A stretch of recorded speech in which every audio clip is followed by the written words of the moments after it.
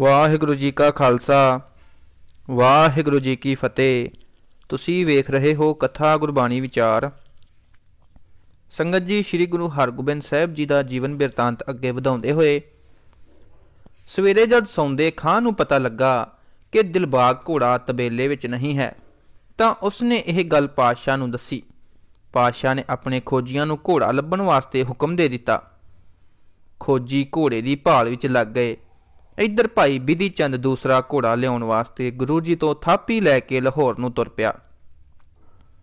ਗੁਰੂ ਜੀ ਆਪ ਭਾਈ ਜੋਧ ਦੀ ਸ਼ਰਧਾ ਅਤੇ ਪ੍ਰੇਮ ਵੇਖ ਕੇ ਉਸ ਦੇ ਪਿੰਡ ਕਾਂਗੜ ਚਲੇ ਗਏ। ਭਾਈ ਬਿਧੀ ਚੰਦ ਭਾਈ ਰੂਪੇ ਕੇ ਪਿੰਡ ਤੋਂ ਚੱਲ ਕੇ ਤੀਸਰੇ ਦਿਨ ਲਾਹੌਰ ਪਹੁੰਚ ਗਿਆ ਅਤੇ ਇੱਕ ਧਰਮਸ਼ਾਲਾ ਵਿੱਚ ਜਾ ਕੇ ਡੇਰਾ ਕੀਤਾ। ਉੱਥੇ ਭਾਈ ਬਿਧੀ ਚੰਦ ਨੇ ਸ਼ਾਹੀ ਢੰਡੋਰਾ ਸੁਣਿਆ ਕਿ ਜਿਹੜਾ ਕੋਈ ਪਾਤਸ਼ਾਹ ਦੇ ਘੋੜੇ ਦਾ ਪਤਾ ਦੱਸੇਗਾ ਉਸ ਨੂੰ ਮੂੰਹ ਮੰਗਿਆ ਇਨਾਮ ਦਿੱਤਾ ਜਾਏਗਾ। ਇਹ ਢੰਡੋਰਾ ਸੁਣ ਕੇ ਭਾਈ ਬਿਧੀ ਚੰਦ ਨੇ ਇੱਕ ਸਿੱਖ ਭਾਈ ਬੋੜੂ ਦੀ ਰਾਹੀਂ ਇੱਕ ਲੰਮਾ ਚੋਲਾ ਤਿਆਰ ਕਰਵਾ ਕੇ ਗਲ ਪਾ ਲਿਆ ਅਤੇ ਹੱਥ ਵਿੱਚ ਨਜੂਮ ਦੱਸਣ ਵਾਸਤੇ ਸੰਗਲੀ ਫੜ ਲਈ। ਆਪਣੇ ਸਿਰ ਦੇ ਕੇਸ ਖੋਲ ਕੇ ਪਿੱਛੇ ਪਿੱਠ ਉੱਤੇ ਸੁੱਟ ਲਏ। ਦਾੜੀ ਦੋ ਪਾਸੀਂ ਕਰਕੇ ਖਿੰਡਾਰ ਦਿੱਤੀ। ਇਸ ਤਰ੍ਹਾਂ ਦਿੱਲੀ ਵੱਲ ਦੇ ਨਜੂਮੀਏ ਬਣ ਕੇ ਸ਼ਾਹੀ ਕਿਲੇ ਦੇ ਸਾਹਮਣੇ ਜਾ ਬੈਠੇ ਅਤੇ ਸੰਗਲੀ ਸੁੱਟ ਕੇ ਨਜੂਮੀਏ ਵਾਂਗ ਗੱਲਾਂ ਕਰਨ ਲੱਗਾ।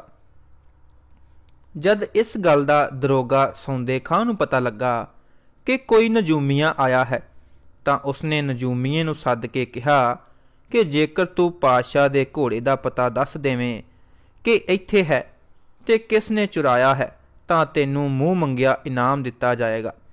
ਨਜੂਮੀਏ ਨੇ ਕਿਹਾ, ਮੈਂ ਖੁਦਾ ਦੇ ਹੁਕਮ ਨਾਲ ਪੂਰਾ ਪਤਾ ਦੱਸਾਂਗਾ, ਪਰ ਪਹਿਲਾਂ ਮੈਨੂੰ ਉਹ ਜਗ੍ਹਾ ਵੇਖਣੀ ਪਵੇਗੀ ਜਿੱਥੋਂ ਘੋੜਾ ਚੁਰਾਇਆ ਗਿਆ ਹੈ। ਇਹ ਗੱਲ ਸੁਣ ਕੇ ਸੌਂਦੇ ਖਾਂ ਨਜੂਮੀਏ ਨੂੰ ਕਿਲੇ ਵਿੱਚ ਲੈ ਗਿਆ ਅਤੇ ਤਬੇਲੇ ਵਾਲੀ ਥਾਂ ਜਿੱਥੇ ਘੋੜਾ ਬੱਧਾ ਹੋਇਆ ਸੀ ਉਹ ਵਿਖਾਈ।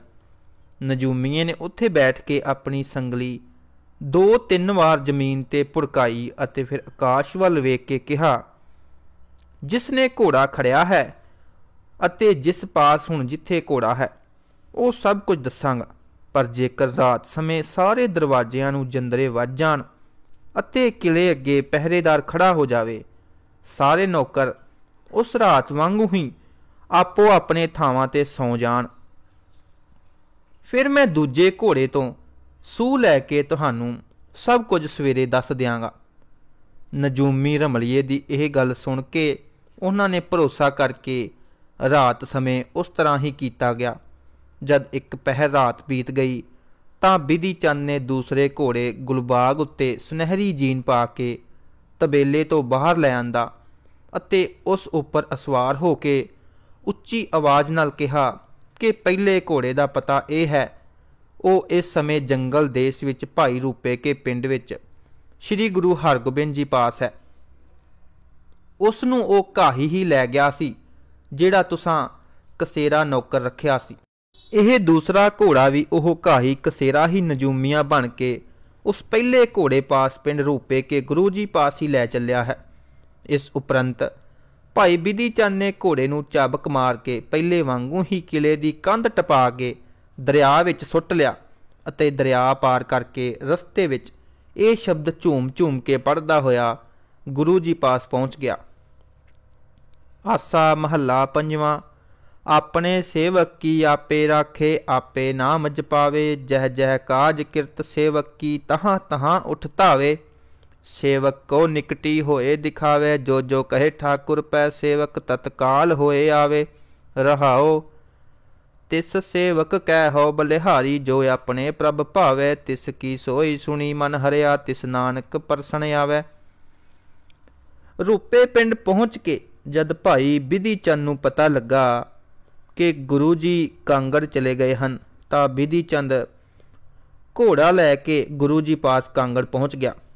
ਗੁਰੂ ਜੀ ਬਿਧੀ ਚੰਦ ਨੂੰ ਘੋੜੇ ਸਹਿਤ ਵੇਖ ਕੇ ਬਹੁਤ ਪ੍ਰਸੰਨ ਹੋਏ ਅਤੇ ਥਾਪੀ ਦੇ ਕੇ ਬਚਨ ਕੀਤਾ, ਭਾਈ ਬਿਧੀ ਚੰਦ, ਤੇਰੇ ਉੱਤੇ ਗੁਰੂ ਕੀਆਂ ਬਹੁਤ ਖੁਸ਼ੀਆਂ ਹਨ, ਤੂੰ ਨਿਹਾਲ ਹੋਇਆ ਹੈ। ਭਾਈ ਬਿਧੀ ਚੰਦ ਨੇ ਗੁਰੂ ਜੀ ਨੂੰ ਘੋੜਾ ਲਿਆਉਣ ਦਾ ਸਾਰਾ ਸਮਾਚਾਰ ਦੱਸ ਕੇ ਕਿਹਾ, ਸ਼ਾਹਜਹਾਨ ਹੁਣ ਛੇਤੀ ਹੀ ਫੌਜ ਲੈ ਕੇ ਆਪ ਪਾਵੇਗਾ ਅਤੇ ਜਾਂ ਕਿਸੇ ਆਪਣੇ ਵੱਡੇ ਸੈਨਾਪਤੀ ਨੂੰ ਭੇਜੇਗਾ। ਆਪ ਉਹਨਾਂ ਦੇ ਟਾਕਰੇ ਵਾਸਤੇ ਤਿਆਰੀ ਕਰ ਲਵੋ। ਇਹ ਗੱਲ ਸੁਣ ਕੇ ਗੁਰੂ ਜੀ ਨੇ ਜੋਧਸ਼ਾਹ ਨਾਲ ਸਲਾਹ ਕਰਕੇ ਕਾਂਗੜ ਤੋਂ 4-5 ਕੋਹ ਦੂਰ ਨਿਥਾਣੇ ਪਿੰਡ ਦੀ ਇੱਕ ਪਾਣੀ ਦੀ ਢਾਬ ਪਾਸ ਆਪਣੇ 4000 ਸੂਰਮਿਆਂ ਨਾਲ ਡੇਰਾ ਕਰ ਲਿਆ ਅਤੇ ਪਾਤਸ਼ਾਹੀ ਫੌਜ ਦੀ ਉਡੀਕ ਕਰਨ ਲੱਗੇ। ਤੰਬੂ ਕਨਾਤਾਂ ਲਗਾ ਕੇ ਢਾਬ ਦੇ 4 ਚਫੇਰੇ ਸੂਰਮੇ ਨਿਯਤ ਹੋ ਗਏ। ਜਦ ਭਾਈ ਬਿਧੀ ਚੰਦ ਪਾਤਸ਼ਾਹ ਨੂੰ ਗੁਰੂ ਜੀ ਦਾ ਸਾਰਾ ਥਾਂ ਟਿਕਾਣਾ ਦੱਸ ਕੇ ਆਇਆ ਤਾਂ ਪਾਤਸ਼ਾਹ ਨੂੰ ਗੁਰੂ ਜੀ ਉੱਤੇ ਬਹੁਤ ਗੁੱਸਾ ਆਇਆ। ਉਸਨੇ ਆਪਣੇ ਵਜ਼ੀਰਾਂ ਨੂੰ ਕਿਹਾ ਕਿ ਪਹਿਲਾਂ ਇਸ ਹਿੰਦੂਆਂ ਦੇ ਗੁਰੂ ਨੇ ਸਾਡਾ ਬਾਜ ਫੜ ਲਿਆ ਅਤੇ ਲੜਾਈ ਕਰਕੇ ਸਾਡੇ ਬਹੁਤ ਸਾਰੇ ਸੈਨਿਕ ਅਤੇ ਸੈਨਾਪਤ ਮਾਰ ਦਿੱਤੇ। ਫਿਰ ਇਸ ਨੇ ਰੋਹੇਲੇ ਪਿੰਡ ਦੀ ਤਬਾਹੀ ਕਰਕੇ ਸੂਬਾ ਜਲੰਧਰ ਦੀ ਫੌਜ ਦਾ ਸਤਿਆਨਾਸ਼ ਕਰ ਦਿੱਤਾ। ਲਾਹੌਰ ਤੋਂ ਕਾਜੀ ਦੀ ਧੀ ਕੱਢ ਕੇ ਲੈ ਗਿਆ ਅਤੇ ਫਿਰ ਕਾਜੀ ਤੋਂ ਘੋੜਾ ਮੁੱਲ ਲੈ ਕੇ ਉਸਦੇ ਰੁਪਏ ਵੀ ਮਾਰ ਲਏ।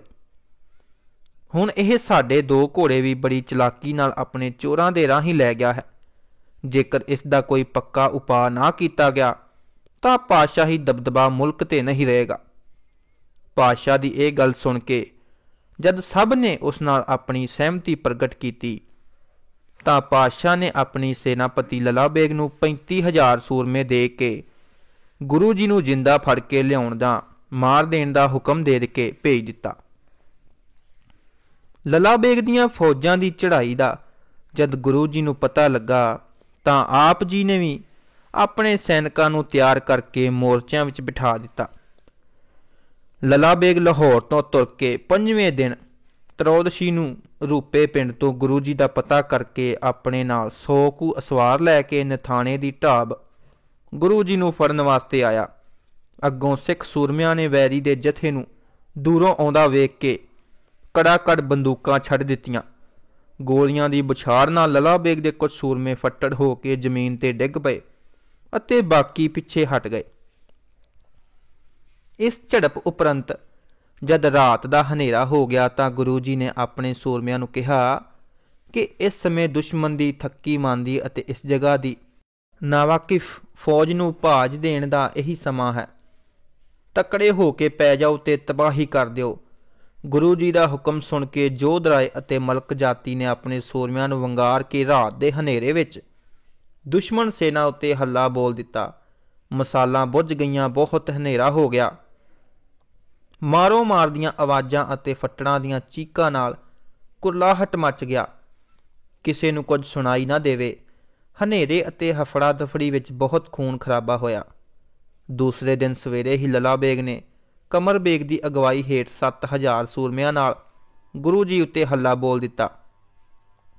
ਸਰਦੀ ਦੀ ਰੁੱਤ ਕਰਕੇ ਦੁਸ਼ਮਣ ਸਿਪਾਹੀ ਠੰਡ ਨਾਲ ਠਰੂ ਠਰੂ ਕਰਦੇ ਹੋਏ ਜਦ ਅੱਗੇ ਵਧੇ ਤਾਂ ਜੋਧਸ਼ਾਹ ਨੇ ਆਪਣੇ ਭਾਈ ਸਲੇਮ ਸ਼ਾਹ ਨੂੰ 500 ਸੂਰਮੇ ਦੇ ਕੇ ਦੁਸ਼ਮਣ ਦਾ ਟਾਕਰਾ ਕਰਨ ਵਾਸਤੇ ਭੇਜਿਆ। ਆਹਮੋ ਸਾਹਮਣੇ ਦੋਹਾਂ ਪਾਸਿਆਂ ਤੋਂ ਸ਼ਸਤਰ ਗੋਲੀਆਂ ਅਤੇ ਤੀਰਾਂ ਦੀਆਂ ਵਰਖਾਂ ਹੋਣ ਲੱਗੀਆਂ। ਮੁਰਦਿਆਂ ਅਤੇ ਫੱਟੜਾਂ ਦੇ ਢੇਰ ਲੱਗ ਗਏ। ਧਰਤੀ ਲਹੂ ਰੰਗੀ ਹੋ ਗਈ। ਇਸ ਘਮਸਾਨ ਦੇ ਯੁੱਧ ਵਿੱਚ ਸ਼ਾਹੀ ਫੌਜ ਆਪਣੇ ਬਹੁਤ ਆਦਮੀ ਮਰਵਾ ਕੇ ਪਿੱਛੇ ਹਟ ਗਈ। ਇਹ ਨੁਕਸਾਨ ਵੇਖ ਕੇ ਲਲਾ ਬੇਗ ਬਹੁਤ ਘਾਬਰ ਗਿਆ। ਕਮਰ ਬੇਗ ਨੇ ਲਲਾ ਬੇਗ ਨੂੰ ਕਿਹਾ, ਸਾਨੂੰ ਠੰਡੀ ਹਵਾ ਤੇ ਸਿਆਲ ਦਾ ਪਾਲਾ ਕੁਝ ਨਹੀਂ ਕਰਨ ਦਿੰਦਾ। ਸਵੇਰ ਦਾ ਸਮਾਂ ਸਾਨੂੰ ਉਲਟਾ ਹੀ ਪਿਆ ਹੈ। ਠੰਡ ਬਹੁਤ ਹੈ। ਫਿਰ ਤੀਜੀ ਵਾਰ 8000 ਜਵਾਨ ਲੈ ਕੇ ਭੀਖਣ ਖਾਂ ਤੇ ਗੁਲ ਖਾਂ ਨੇ ਗੁਰੂ ਜੀ ਉੱਤੇ ਹੱਲਾ ਕੀਤਾ। ਸਲੇਮ ਸ਼ਾਹ ਨੇ ਅੱਗੋਂ ਇੱਕ ਵਾਰ ਹੀ 500 ਬੰਦੂਕਾਂ ਦਾ ਵਾਰ ਕੀਤਾ ਅਤੇ ਬੇਅੰਤ ਤੀਰਾਂ ਦੀ ਵਰਖਾ ਕੀਤੀ। ਫਿਰ ਦੋਹਾਂ ਪਾਸਿਆਂ ਤੋਂ ਤਲਵਾਰਾਂ ਨੇ ਨੇਜਿਆਂ ਨਾਲ ਆਹਮੋ ਸਾਹਮਣੇ ਲੜਾਈ ਹੋਈ। 2 ਘੜੀਆਂ ਬਹੁਤ ਕੱਟ ਵੱਢ ਹੁੰਦੀ ਰਹੀ, ਜਿਸ ਵਿੱਚ ਦੁਸ਼ਮਣ ਸੈਨਾ ਨੇ ਬਹੁਤ ਆਦਮੀ ਮਾਰੇ ਗਏ ਅਤੇ ਕਾਫੀ ਫੱਟੜ ਹੋ ਗਏ। ਆਪਣੀ ਫੌਜ ਦੀ ਤਬਾਹੀ ਵੇਖ ਕੇ ਲਲਾ ਬੇਗ ਨੇ ਕੰਬ ਕੇ ਕਿਹਾ, ਯਾ ਅੱਲਾਹ, ਇਹ ਕੀ ਬਣ ਰਿਹਾ ਹੈ? ਹਜ਼ਾਰਾਂ ਸਿਪਾਹੀ ਮਰ ਗਏ ਹਨ ਅਤੇ ਹਜ਼ਾਰਾਂ ਦੀ ਫੱਟੜ ਹੋ ਗਏ ਹਨ। ਸੀਤ ਕੋਈ ਪੇਸ਼ ਨਹੀਂ ਜਾਣ ਦਿੰਦੀ। ਇਸ ਤਰ੍ਹਾਂ ਪਛਿਮਾਨ ਹੋ ਕੇ ਲਲਾ ਬੇਗ ਦੇ ਪੁੱਤਰਾਂ ਨੇ ਆਪਣੇ ਨਾਲ 10,000 ਸੂਰਮੇ ਲੈ ਕੇ ਗੁਰੂ ਜੀ ਉੱਤੇ ਚੌਥੀ ਵਾਰ ਹੱਲਾ ਬੋਲ ਦਿੱਤਾ। ਇਹਨਾਂ ਦੇ ਟਾਕਰੇ ਵਾਸਤੇ ਗੁਰੂ ਜੀ ਨੇ ਭਾਈ ਬਿਧੀ ਚੰਦ ਨੂੰ 1000 ਸੂਰਮੇ ਦੇ ਕੇ ਉਸ ਨੂੰ ਅੱਗੋਂ ਰੋਕਣ ਵਾਸਤੇ ਅਤੇ ਜੋਧੇ ਸ਼ਾਹ ਤੇ ਮਲਕ ਜਾਤੀ ਨੂੰ ਦੁਸ਼ਮਣ ਦੇ ਪਿੱਛੋਂ ਦੀ ਹੋ ਕੇ ਪੈਣ ਨੂੰ ਆਖਿਆ। ਇਸ ਤਰ੍ਹਾਂ ਦੁਸ਼ਮਣ ਸੈਨਾ ਨੂੰ ਅੱਗੋਂ ਅਤੇ ਪਿੱਛੋਂ ਘੇਰਾ ਪੈ ਕੇ ਗੋਲੀਆਂ ਅਤੇ ਤੀਰਾਂ ਦੀ ਵਰਖਾ ਕਰਕੇ ਸਿੱਖ ਸੂਰਮਿਆਂ ਨੇ ਥਰਥੱਲੀ ਮਚਾ ਦਿੱਤੀ ਅਤੇ ਦੁਸ਼ਮਣ ਸੈਨਾ ਦੇ ਚੰਗੇ ਆਹੂ ਲਾਹੇ। ਯੁੱਧ ਦਾ ਇਹ ਰੰਗ ਵੇਖ ਕੇ ਗੁਰੂ ਜੀ ਆਪ ਯੁੱਧ ਭੂਮੀ ਵਿੱਚ ਆਣ ਕੇ ਤੀਰਾਂ ਦੀ ਵਰਖਾ ਕਰਨ ਲੱਗੇ, ਜਿਸ ਨਾਲ ਸੈਂਕੜੇ ਦੁਸ਼ਮਣ ਧਰਤੀ ਉੱਤੇ ਡਿੱਗ ਪਏ। ਅਲੀ ਅਲੀ ਅਤੇ ਅਕਾਲ ਅਕਾਲ ਦੇ ਨਾਰਿਆਂ ਨਾਲ ਆਕਾਸ਼ ਗੂੰਜ ਉੱਠਿਆ। ਇਸ ਘਮਸਾਨ ਯੁੱਧ ਵਿੱਚ ਦੁਸ਼ਮਣ ਸੈਨਾ ਦਾ ਇਹ 10,000 ਆਦਮੀ ਵੀ ਤਬਾਹ ਹੋ ਕੇ ਗਿਆ। ਕੁਝ ਮਰ ਗਏ ਅਤੇ ਕੁਝ ਫੱਟੜ ਹੋ ਕੇ ਨਕਾਰੇ ਹੋ ਗਏ। ਆਪਣੀ ਫੌਜ ਦਾ ਬਹੁਤ ਨੁਕਸਾਨ ਵੇਖ ਕੇ ਲੱਲਾ ਬੇਗ ਨੂੰ ਬਹੁਤ ਗੁੱਸਾ ਚੜ੍ਹਿਆ। ਉਸਨੇ ਆਪਣੇ ਸਰਦਾਰਾਂ ਨੂੰ ਆਖਿਆ ਕਿ ਇੱਥੇ ਸਾਨੂੰ ਰਾਤ ਸਮੇਂ ਲੜਾਈ ਨਹੀਂ ਕਰਨੀ ਚਾਹੀਦੀ, ਕਿਉਂਕਿ ਅਸੀਂ ਇਸ ਮੁਲਕ ਦੇ ਭੇਤੀ ਨਹੀਂ ਹਾਂ, ਜਿਸ ਕਰਕੇ ਸਿੱਖ ਸਾਡਾ ਬਹੁਤ ਨੁਕਸਾਨ ਕਰ ਦਿੰਦੇ ਹਨ। ਕੱਲ ਦਿਨ ਚੜ੍ਹੇ ਮੈਂ ਆਪ ਆਪਣੇ ਜਵਾਨਾਂ ਦੀ ਅਗਵਾਈ ਕਰਕੇ ਵੇਖਾਂਗਾ। ਜਦ ਦਿਨ ਚੜ੍ਹਿਆ ਤਾਂ ਲੱਲਾ ਬੇਗ ਨੇ ਨਗਾਰੇ ਦੇ ਚੋਟ ਮਰਵਾ ਕੇ ਹੱਲਾ ਬੋਲ ਦਿੱਤਾ। ਜਦ ਲੱਲਾ ਬੇਗ ਮੈਦਾਨ ਵਿੱਚ ਆਇਆ ਤਾਂ ਹਸਨ ਖਾਂ ਨੇ ਗੁਰੂ ਜੀ ਨੂੰ ਦੱਸਿਆ ਕਿ ਉਹ ਲੱਲਾ ਬੇਗ ਹੈ। ਤਦ ਗੁਰੂ ਜੀ ਨੇ ਤੀਰ ਦਾ ਨਿਸ਼ਾਨਾ ਮਾਰ ਕੇ ਲੱਲਾ ਬੇਗ ਦੀ ਸਿਰ ਤੋਂ ਪੱਗ ਡੇਗ ਦਿੱਤੀ। ਆਪਣੀ ਪੱਗ ਤੀਰ ਨਾਲ ਡਿੱਗੀ ਵੇਖ ਕੇ ਲੱਲਾ ਬੇਗ ਬਹੁਤ ਘਬਰਾਇਆ ਅਤੇ ਆਪਣੇ ਸਿਪਾਹੀਆਂ ਨੂੰ ਹੁਕਮ ਦੇ ਕੇ ਇੱਕਦਮ ਗੋਲੀਆਂ ਦੀ ਬੁਛਾੜ ਕਰਾ ਦਿੱਤੀ।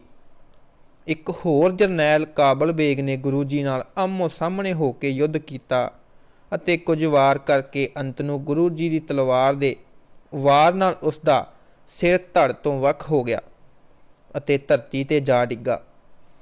ਫਿਰ ਕਮਰ ਬੇਗ ਆਪ ਅੱਗੇ ਹੋ ਕੇ ਜੋਧ ਰਾਏ ਨਾਲ ਲੜਿਆ ਅਤੇ ਜੋਧ ਰਾਏ ਦੇ ਬਰਛੇ ਨਾਲ ਪੁੱਠਾ ਹੋ ਕੇ ਜ਼ਮੀਨ ਤੇ ਡਿੱਗ ਕੇ ਸਦਾ ਦੀ ਨੀਂਦ ਸੌਂ ਗਿਆ। ਸ਼ਾਹੀ ਸੈਨਾ ਦੇ ਸਿਪਾਹੀਆਂ ਨੇ ਜੋਧ ਰਾਏ ਨੂੰ ਫੱਟੜ ਕਰ ਦਿੱਤਾ ਅਤੇ ਉਸ ਦਾ ਘੋੜਾ ਗੋਲੀਆਂ ਮਾਰ ਕੇ ਮਾਰ ਦਿੱਤਾ। ਜੋਧ ਰਾਏ ਨੂੰ ਗੁਰੂ ਜੀ ਨੇ ਇੱਕ ਹੋਰ ਘੋੜੇ ਤੇ ਚੜ੍ਹਾ ਕੇ ਡੇਰੇ ਭੇਜ ਦਿੱਤਾ। ਦੋ ਵੱਡੇ ਸੂਰਮਿਆਂ ਦੀ ਮੌਤ ਉਪਰੰਤ ਲੱਲਾ ਬੇਗ ਦੇ ਦੋਵੇਂ ਪੁੱਤਰ ਕਾਸਮ ਬੇਗ ਅਤੇ ਸ਼ਮਸ ਬੇਗ ਗੁੱਸਾ ਖਾ ਕੇ ਅੱਗੇ ਵਧੇ। ਗੁਰੂ ਜੀ ਨੇ ਇਹਨਾਂ ਦਾ ਟਾਕਰਾ ਕਰਨ ਵਾਸਤੇ ਬਿਧੀ ਚੰਦ ਅਤੇ ਮਲਕ ਜਾਤੀ ਨੂੰ ਭੇਜਿਆ। ਭਾਈ ਬਿਧੀ ਚੰਦ ਦੀ ਤਲਵਾਰ ਦੇ ਵਾਰ ਨਾਲ ਕਾਸਮ ਬੇਗ ਦੋ ਟੋਟੇ ਹੋ ਕੇ ਧਰਤੀ ਤੇ ਡਿੱਗ ਪਿਆ। ਲੱਲਾ ਬੇਗ ਆਪਣੇ ਪੁੱਤਰ ਦੀ ਮੌਤ ਵੇਖ ਕੇ ਗੁੱਸੇ ਨਾਲ ਆਪ ਅੱਗੇ ਵਧਿਆ। ਇਸ ਦਾ ਟਾਕਰਾ ਭਾਈ ਜੇਠਾ ਜੀ ਨੇ ਬਹੁਤ ਬਹਾਦਰੀ ਨਾਲ ਕੀਤਾ, ਪਰ ਅੰਤ ਬਹੁਤੇ ਦੁਸ਼ਮਣਾਂ ਦੇ ਘੇਰੇ ਵਿੱਚ ਆਉਣ ਕਰਕੇ ਭਾਈ ਜੇਠਾ ਸ਼ਹੀਦੀ ਪ੍ਰਾਪਤ ਕਰ ਗਿਆ। ਇੱਥੋਂ ਮਲਕ ਜਾਤੀ ਨੇ ਆਪਣਾ ਦਾ ਤਾੜ ਕੇ ਸ਼ਮਸ ਬੇਗ ਉੱਤੇ ਇੱਕ ਅਜਿਹਾ ਤਲਵਾਰ ਦਾ ਵਾਰ ਕੀਤਾ ਕਿ ਸ਼ਮਸ ਬੇਗ ਦੀ ਧੌਣ ਵੱਢੀ ਗਈ ਅਤੇ ਆਪਣੇ ਘੋੜੇ ਉੱਤੇ ਹੀ ਲਟਕਦਾ ਹੋਇਆ ਮਰ ਗਿਆ। ਵਾਹਿਗੁਰੂ ਜੀ ਕਾ ਖਾਲਸਾ, ਵਾਹਿਗੁਰੂ ਜੀ ਕੀ ਫਤਿਹ।